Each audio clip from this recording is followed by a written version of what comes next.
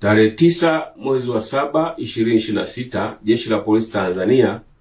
lilitoa taarifa juu ya watuhumiwa 130 waliokamatwa nchi nzima kutokana na tuhuma za kupanga na kuhamasisha vitendo vya kihalifu. Watuhumiwa hao waliokuwa wamekamatwa kutokana na ufuatiliaji uliokuwa unafanywa na vyombo vya ulinzi na usalama katika majukwaa mbalimbali yakiwepo ya mitandao ya kijamii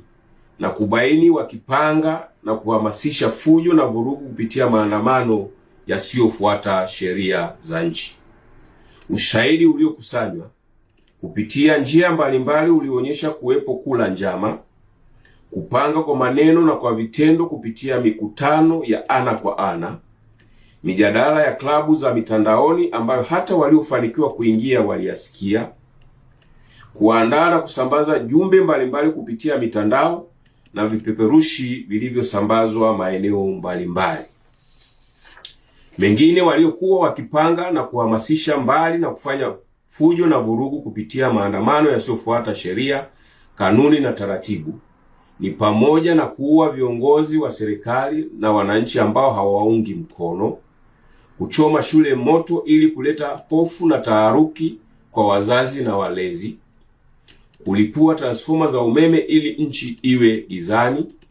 kukata miti ili kufunga barabara, kuzuia vyombo vya ulinzi na usalama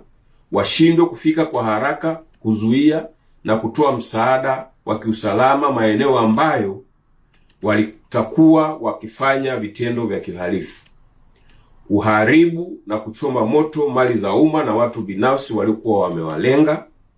kushambulia askari wa vyombo vya ulinzi na usalama ili kuwapora silaha wazitumie kufanikisha malengo waliokuwa wamepanga. Vitendo kama hivi, kulingana na ushahidi uliokusanywa, unaonyesha uwepo wa tuhuma za makosa ya kigaidi. Kwa mujibu wa sheria, vitendo vya kigaidi kwa uchache ni pamoja na kula njama, kupanga na kuhamasisha kufanya vitendo vyenye kujenga hofu ili kusababisha hofu kubwa kwa watu, kupanga na kuhamasisha kujeruhi na kuua watu, kuhamasisha kupora silaha ili kuzitumia kufikia malengo na kuzuia huduma muhimu kwa kuharibu miundombinu. Kutokana na mazingira hayo, watuhumiwa hao waliokuwa wamekamatwa walianza kufikishwa mahakamani na hadi sasa waliofikishwa mahakamani ni 36,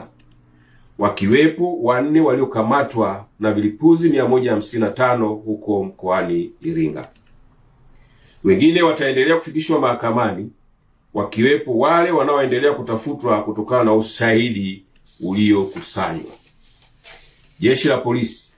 kwa kushirikiana na vyombo vingine vya ulinzi na usalama litaendelea kutekeleza majukumu yake kwa weledi mkubwa kuhakikisha Watanzania na taifa linaendelea kuwa salama.